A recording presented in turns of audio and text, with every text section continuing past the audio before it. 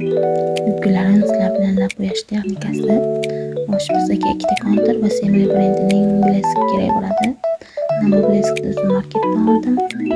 Kerak bo'lsa pastda artikulni qoldiraman. Xo'sh, chekkalarini Miss Tyson konturi bilan bo'yab olamiz. O'rtasini qizil kontur bilan bo'yab va blesk bilan tugatamiz.